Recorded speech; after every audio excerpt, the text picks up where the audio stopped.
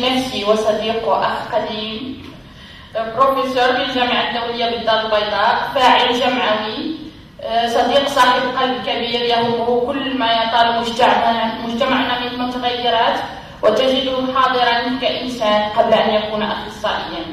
À présent, nous accueillons Reda Hasni, psychologue clinicien, psychothérapeute, professeur de psychologie à l'Université internationale de Casablanca, acteur associatif, notre ami avec un immense cœur, sensible à tout ce qui affecte notre société. Il est présent pour débattre de toutes les problématiques de notre société. Il est tout simplement un philanthropique avant d'être un spécialiste. Merci Reda d'avoir venu, d'avoir accepté notre invitation à vous.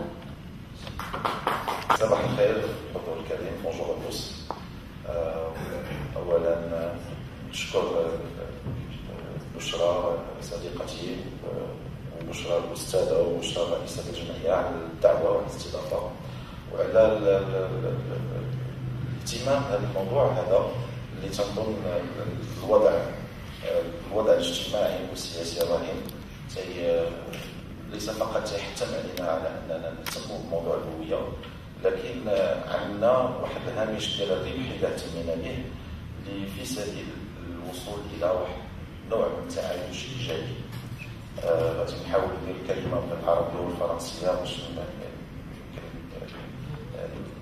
نوصل اللي بغيت نقول بطريقه احسن.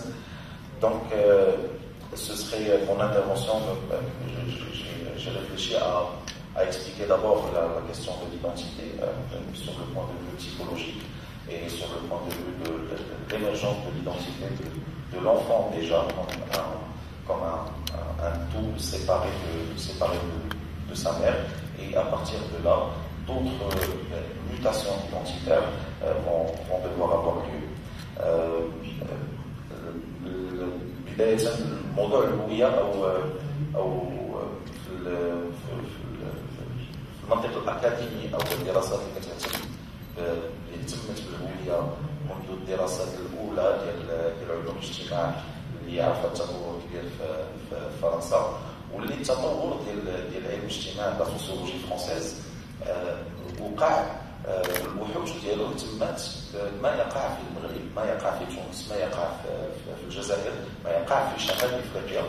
وكان استعمال علوم الاجتماع ليس فقط لطرف فكري او لمراكمه المعلومات او لمراكمه البحوث، لكن كان هدف منها هو التعرف على الاخر باهداف استعماريه محضه. ولكن قبل الاستعمار كانوا هناك رحلات استكشافيه لعلماء الاجتماع اللي دونوا رموز، دونوا اليات، دونوا ثقافات وتقاليد المجتمع ليكون اسهل عليه الولوج الى مجتمع اللي كان تيبان لهم مجتمع غريب نوعا ما. الغرابه على انه موضوع الهويه دائما تعرضوا له لواحد المنطق ديال صراع الهويه، لو كونفلي ايدنتيتير. Le conflit identitaire qu'on va retrouver tout au long depuis la nuit des temps, depuis que l'on a des traces d'écrit l'humanité, on retrouve le conflit identitaire. On dira par exemple que les Grecs et les Romains considéraient tous les autres peuples qui ne parlaient pas le grec ou qui ne parlaient pas le romain comme des barbares, comme des sauvages. Donc l'autre, comme disait Paul tout à l'heure, l'autre qui est au bout du monde, a toujours été considéré comme quelqu'un de dangereux, de sauvage, parce qu'on ignore qui il est. Ensuite, on va retrouver aussi cette idée de l'exclusion dans l'avènement des monothéismes. Dans l'avènement des monothéismes, encore une fois, il y a eu cette rupture-là de considérer tous les autres peuples païens, tous les autres peuples non monothéistes comme étant des sauvages, comme étant des mouchriquins, comme étant des hors communautés. Ensuite, on va retrouver encore le conflit identitaire à travers les arrivées des forces impériales et du colonisateur qui vient avec l'idée que ce sont des sociétés d'indigènes, ce sont des sociétés de sauvages qui n'ont pas encore accédé à la civilisation, et nous nous chargerons de les éduquer, de les civiliser.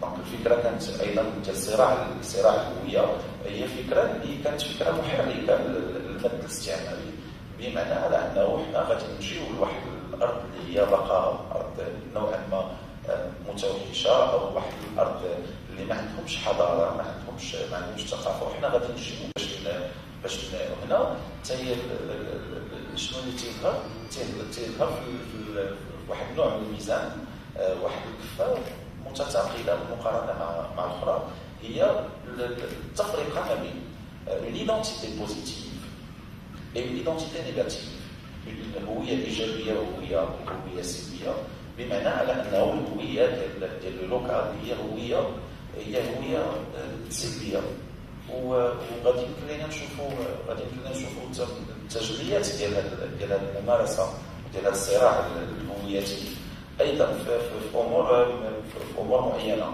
تظن الطرف الثاني ديال التدخل غادي نحاول لانه تحت التقديم ديال الاستاذ بشرى كان هناك واحد الاشاره تاريخيه دقيقه جدا، والاختيار ديال مدينه طنطا او القبيله مفهوم تاريخي على انه عنده علاقه وطيده بالدار البيضاء، كالدار البيضاء اللي تعتبر كتجربه مجتمعيه واجتماعيه ما يمكن نقارنوها الا بلا كاليفورنيا ولا بنيويورك ولا بليزيتازوني كمفهوم او يعني في الدار البيضاء منذ القديم الى يومنا هذا ما تنعرفوش براسنا غير بالبيضاوي، البيضاوي مؤمن يعني على انه الدار البيضاء اي واحد الوجهه معينه منذ اعاده بناء الدار البيضاء، لانه تنقصنا مخطوطات وتنقصنا وثائق تاريخيه، ولكن على العموم في عهد محمد الثالث كان هناك زلزال كبير اللي كان ضرب من الدار البيضاء حتى لشبونة، واللي كانت هدمت المدينه عن اخرها، وبقيت هناك دار بيضاء تشير لبعض القوارب اللي تمر تشير لهم انه هنا كاين الدار البيضاء. تمت هناك اعاده بناء الدار البيضاء، la reconstruction de Casablanca au XVIIe siècle suite au tremblement de terre, ou plutôt au tsunami qui avait ravagé de Casablanca à Lisbonne, a fait que la reconstruction a suivi justement le principe de la pluralité. Donc le sultan Moulay Mohamed Khalid avait invité des convois de tribus de Tata, des tribus de l'Atlas, des tribus de la Sharia, des tribus de Trinaz, d'un certain nombre pour permettre justement une certaine pluralité, pour permettre encore une fois une certaine richesse qu'on va retrouver dans les différents âges de cette ville, dans les différentes évolutions de cette ville-là. Donc الدار البيضاء منذ النشأة ديالها أو إعادة البناء ديالها، وهذا أمر ماشي ليس بتنزيل من الحماية أو من المعمر باش الدار البيضاء خدات هذا الوجه ديال التعدد. الدار البيضاء متعددة منذ بنائها بتعددها أولا ديني لغوي، التعدد الثقافي، بالتعدد في الممارسة اليومية، يعني ما يسميه علم الاجتماع بيير بورديو اللي تسميه l'habitus. C'est un ensemble ce n'est pas les habitudes, mais c'est un ensemble d'habitudes, une manière de démarche, une manière de penser, une manière de faire, une manière de célébrer une naissance, une manière de célébrer un décès, une manière d'enterrer, un certain nombre de choses qui nous distinguent d'autres productions humaines. مقاربات معينه او خاصيات معينه التي تشكل واحد الهويه بهويتها متعدده. الدار البيضاء ايضا غادي تجسد هذا التعدد وغتجسد هذا الاختلاف هذا فيما يسمى باعاده البناء الجديد للدار البيضاء عندما طلع القرن 19 والقرن 20 اللي كانت قبل ان تكون مدينه فرنسيه او دخول السلطات الفرنسيه، كانت بحد ذاتها تعبر عن تواجد مختلف اللغات، مختلف الثقافات، والشيء اللي حافظ عليه نوعا ما اللي يحاول نوعا ما المعمر يفكك هذه التراكمات ويفكك هذا التعايش نوعا ما، واللي انطلاقا منه في إعادة الإعمار أو بناء الأحياء الجديدة كان يعتمد على العنصر الانتمائي، على العنصر الهويتي. غادي نبنيو الحبوس للنوطاب المسلمان، غادي نبنيو لابار اسرائيلي كوتي العمق، غادي نبنيو لابار اوروبيان du côté de السيار، غادي نبنيو. دونك كان هناك احترام وخلق متنفسات اللي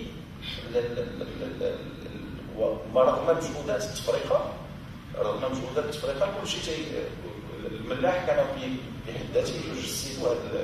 وهنا كان الصراع ديال الهويه استغل من طرف القوى الامبرياليه واستغل من طرف بعض الراديكاليين سامحهم الله. يمكن لنا ناخذ المثال ديال المكون العبراني في الهويه المغربيه وما وقع من احداث. يمكن الاصدقاء يطلقوا عليها اكثر ما وقع من ce qui est arrivé au Melahi de Fès, le massacre de Fès, qui est arrivé aussi à un niveau transversal où, par exemple, la communauté hébraïque marocaine était, on leur avait, vous confirmerez, on leur avait imposé de choisir les noms européens pour pouvoir accéder à l'école. Et là, c'est une privation identitaire qui n'a pu se réconcilier, qui n'a pu se résoudre que plus tard dans l'histoire de la diaspora. Et c'est une violence contre l'identité qui visait, encore une fois, la division, de créer des privilégiés et créer des damnés, de sorte à l'identité hébraïque ou la musulmane, c'est une identité négative. L'identité positive, c'est l'identité européenne في واحد الحقبة معينة.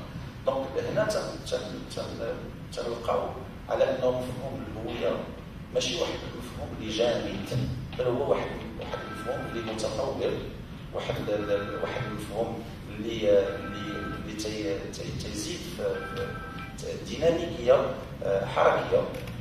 تشوفوا مثلا في 1950 كانت هناك 20% de la population casablancaise elle était hébraïque en 1950. Aujourd'hui, اليوم ما عندناش plus que 3000 في la communauté casablancaise. ولكن مع ذلك تلقاو d'autres communautés, d'autres composantes. Aujourd'hui, اليوم تنحضروا la naissance de la première génération, disons, des subsahariens marocains. Aujourd'hui, l'école publique marocaine dispose d'enfants issus de couples mixtes, issus de couples de subsahariens, qui sont des Marocains nés ici à Casablanca. Et là, Casablanca, elle est fidèle à son histoire. Elle est fidèle à l'histoire de la paix, fidèle à l'histoire de la pluralité. قد وفية للممارسات القديمة التاريخية كأرض استقبال، كأرض احتواء، كأرض ديال التعدد، ونوعا ما عندها واحد الشخصية خاصة comme une ville aventurière, comme une ville de prospérité, comme une ville de réussite, comme une ville de risque aussi, de dangerosité. Le début du siècle à Casablanca, c'était plutôt du Far West, les gens circulaient armés. Donc, Bakri Hachi, et ça existe encore aujourd'hui, c'est des armes.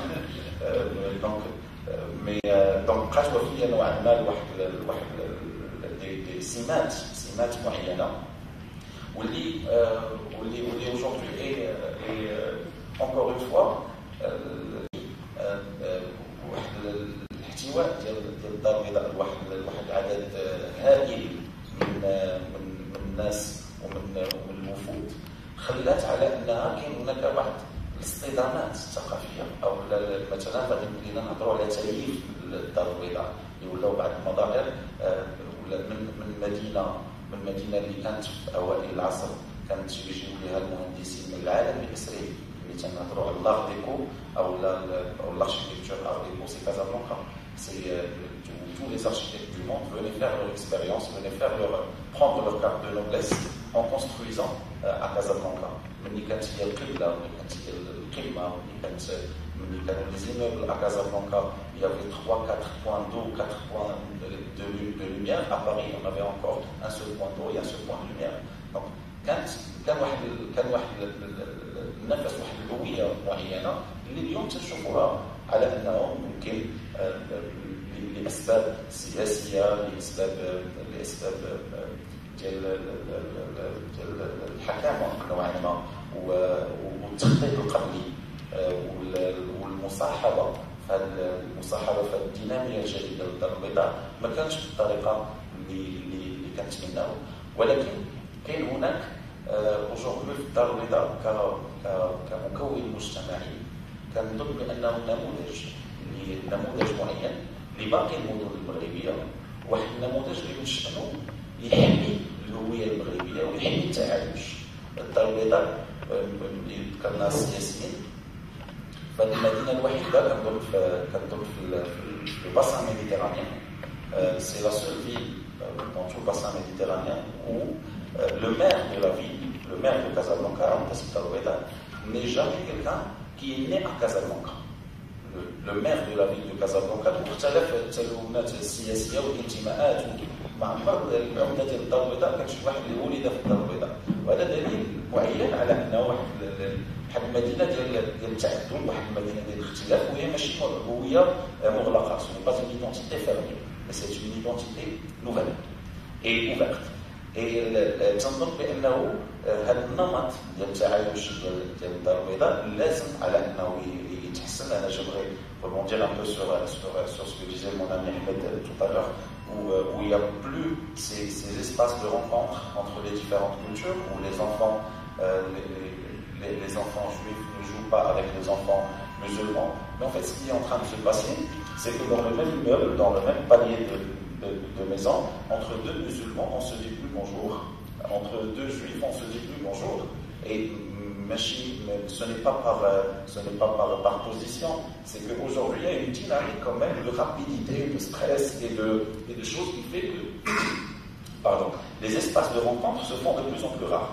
الفضاءات اللي ممكن على اللي يكون فيها واحد التعايش ويكون فيها لقاء ما بين الناس، ما بين المسلمين بيناتنا وما بين اليهود بيناتنا وما بين الاخر بيناتنا، ما بقاش فضاءات ديال التعايش لا بيناتنا مع الاخر.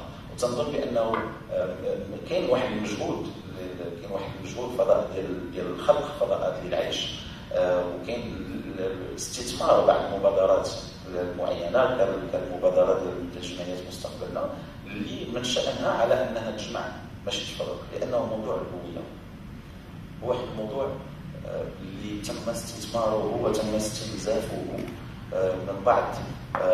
من بعض السياسيين سامحهم الله، اللي جعلوا من موضوع الهويه سيف قاطع للاستثناء وللاقصاء ولفرض هويه معينه على حساب هويه اخرى. كان هناك ايضا موضوع الهويه موضوع استرزاق من طرف بعض الراديكاليين الهوياتيين ايضا، واللي كان هدفه هو التأجيج على الهويه. تنظن بانه يجب التصدي ليس بالمواجهه الحربيه ولكن بالثقافه. تنظن بان الثقافه هي احسن اداه واحسن وسيله باش يمكننا نجمعوا، باش يمكننا نتلقاو، باش يمكننا نتعرفوا على الاخر، ماشي عن طريق تراكمات، ماشي عن طريق افكار مسبقه، لي ستيريوتيب، لي بريجوجي، لكن عن طريق تعايش حقيقي، عن طريق ابداع انماط جديده من التعايش. شكرا.